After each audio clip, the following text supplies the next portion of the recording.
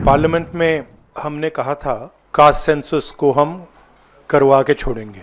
ये हमारा विजन है, इन्होंने अडॉप्ट किया, बहुत अच्छा। हम चाहते हैं कि हमें डेट्स बताई जाएं, किस दिन तक ये सेंसस होगा। ये हम लोगों की 30 वर्ष पुरानी मांग रही है और ये हमारे पुरखों की जीत है, समाजवादियों की जीत है, लालू जी की जीत है। हम लोगों की ताकत देखिए, समाजवादियों की ताकत देखिए कि इनको हमारे ही एजेंडे पर जो है काम करना पड़ रहा है। ले लें जिसको जो क्रेडिट लेना है, पर ये वही लोग थे ना जो हमारी सरकार पे उंगली उठाकर, हमारे प्रधानमंत्री जी पर उंगली उठाकर कहते थे कि भैया ये लोग नहीं करने वाले हैं। ये बड़ा और ऐतिहासिक फैसला है जिसके लिए मैं अपनी तरफ से, मेरी पार्टी लोक जनशक्ति पार्टी रामविलास की तरफ से, मेरे प्रधानमंत्री आदरणीय नरेंद्र मोदी जी का हृदय से आभार प्रकट करता हूं। ये हम लोगों की 30 वर्ष पुरानी मांग रही है और ये हमारे पुरखों की जीत है, समाजवादियों की जीत है, लालू जी की जीत है। आपको पता होगा 96-97 में भी कैबिनेट से जो है पास किया गया था कि 2001 का जो होगा उसमें जनगणना जो होगी उसमें जाति आधारित गणना भी कराया जाएगा, लेकिन उस समय अटल बिहारी जी सरकार में थे 2001 में, तो ये नहीं हो पाया। फिर हम लोगों की मांग थी, मनमोहन जी प्रधानमंत्री बने 2011 में हुई, तो जातीय जनगणना जो है और इसमें इंक्लूड किया गया था और पहली बार 17 महीने में किसी राज्य ने अपने बलबूते जो है कराया, तो वो महागठबंधन हमारी सरकार थी। तब जो है बिहार में जाति आधारित गणना हुई और पूर्व में भी इससे पहले हम पूरे बिहार के सभी दल के लोगों को लेकर के प्रधानमंत्री जी से मिलने गए थे। तब प्रधानमंत्री जी ने मना कर दिया था, पार्लियामेंट में इनके कई केंद्र मंत्रियों ने मना किया, लेकिन आज हम लोगों की ताकत देखिए, समाजवादियों की ताकत देखिए कि इनको हमारे ही एजेंडे पर जो है काम करना पड़ रहा है। तो अब हमारी अगली लड़ाई ये होगी कि जब ये जनगणना होगी जिसमें इंक्लूड किया जाएगा कास्ट सेंसस का भी, तब उसके बाद जब नतीजे आएंगे तो पूरे देश में और पूरे देश के जो विधानसभा चुनाव में हमारी मांग रहेगी कि पिछड़ों और अति पिछड़ों के लिए भी, जैसे दलित और आदिवासी भाइयों का आरक्षित सीटें हैं, उसी प्रकार से पिछड़ों और अति पिछड़ों का भी जो है आरक्षित सीटें जो है वो करनी पड़ेगी। ये लड़ाई हम लोग जो है लेकर के चलेंगे। ये बड़ा और ऐतिहासिक फैसला है जिसके लिए मैं अपनी तरफ से, मेरी पार्टी लोक जनशक्ति पार्टी रामविलास की तरफ से, मेरे प्रधानमंत्री आदरणीय नरेंद्र मोदी जी का हृदय से आभार प्रकट करता हूं। मेरे बिहार की 14 करोड़ जनता की तरफ से और समस्त देशवासियों की तरफ से। मुझे लगता है आज एक लंबी जो हम लोगों की इच्छा थी, मांग थी, ख्वाहिश थी, आज हर उस देशवासी की इस ख्वाहिश को मेरे प्रधानमंत्री ने पूरा करने का कार्य किया। लंबे समय से मेरी पार्टी इस बात की हम लोग मांग करते थे और कई बार हम लोगों को एक दूसरे के सामने दिखाया जाता था यही कह के कि बीजेपी अलग राह पर है तो उनके सहयोगी चिराग पासवान अलग राह पर हैं जब वो जातीय जनगणना की वो मांग करते हैं। पर आज एक बार फिर से साबित हुआ कि हमारी सरकार हर उस फैसले को लेगी जो जनता के हित में हो, जो गरीबों के हित में हो। जातीय जनगणना का सबसे ज्यादा असर देश के तमाम उन गरीब जातियों से आने वाले लोगों को होगा जो संभवतः अभी तक मुख्य धारा के साथ नहीं जुड़ पाए हैं, केंद्र राज्य सरकार की योजनाओं का उस स्तर पर लाभ नहीं ले पाए हैं जो अपेक्षित था।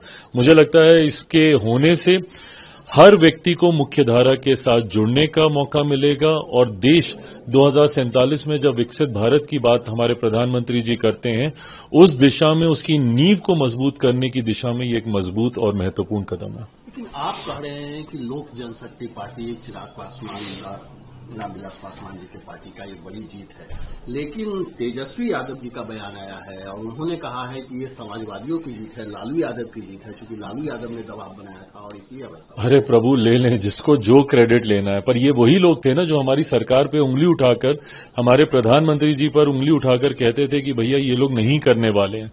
घर घर गांव गांव घूमकर ये लोग यही प्रचार करते थे ना और नारा देते थे जिसकी जितनी आबादी उसकी उतनी हिस्सेदारी, ये तमाम बातें। पर आज प्रधानमंत्री जी के इस फैसले से, हमारी केंद्र सरकार के इस फैसले से जरूर मैं मानता हूं कि कई और लोगों की इसमें इच्छा रही होगी, बट सबसे ज्यादा महत्वपूर्ण है कि देश की एक बड़ी आबादी की इच्छा थी कि जाति आधारित जनगणना होनी चाहिए। उनकी इच्छा को, उनकी भावनाओं को सम्मान देने का काम मेरे प्रधानमंत्री के द्वारा आज किया गया। पार्लियामेंट में हमने कहा था कि कास्ट सेंसस को हम करवा के छोड़ेंगे, और हमने ये भी कहा था कि 50% की जो कैप है, जो आर्टिफिशियल दीवार लगा रखी है, उसको भी हम तोड़ के हटाएंगे। पता नहीं क्या हुआ, सडनली 11 साल बाद नरेंद्र मोदी जी कहते थे कि सिर्फ 4 जाते हैं, सडनली कास्ट सेंसस का अनाउंसमेंट किया। हम इसको सपोर्ट करते हैं, पूरी तरह सपोर्ट करते हैं, मगर हम टाइमलाइन चाहते हैं। हम जानना चाहते हैं ये कब तक होगा, और ये एक पहला कदम है। तेलंगाना एक मॉडल बना है कास्ट सेंसस के लिए, और वो ब्लूप्रिंट बन सकती है।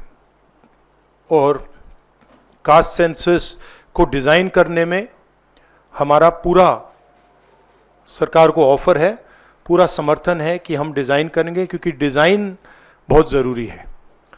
क्योंकि 2 एग्जाम्पल्स हैं, एक बिहार का डिजाइन है, दूसरा तेलंगाना का डिजाइन है, उसमें जमीन आसमान का फर्क है। और मैं दोहराना चाहता हूं कि कास्ट सेंसस पहला कदम है। हमारा जो विजन है, एक बिल्कुल नया डेवलपमेंट का, विकास का पैराडाइम हम कास्ट सेंसस के माध्यम से लाना चाहते हैं। सिर्फ रिजर्वेशंस नहीं, मगर हम सेंट्रल सवाल पूछ रहे हैं कि चाहे ओबीसीज हों, दलित्स हों, आदिवासी हों, उनकी देश में कितनी भागीदारी है। कास्ट सेंसस से एक प्रकार से पता लगेगा, बट कास्ट सेंसस से आगे जाना है।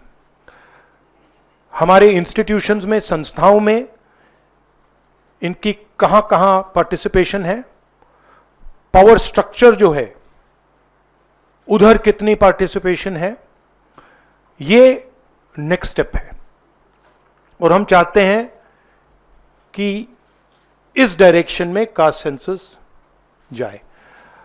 हमने एक और चीज कही थी, कांग्रेस पार्टी ने रेज की थी, मैनिफेस्टो में भी था, article 15(5). Article 15(5) is reservation in private education institutions.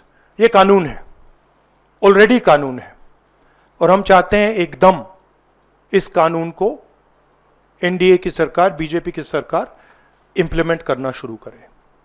Census को डिले किया है और अपोज किया था, हम इसको वेलकम करते हैं।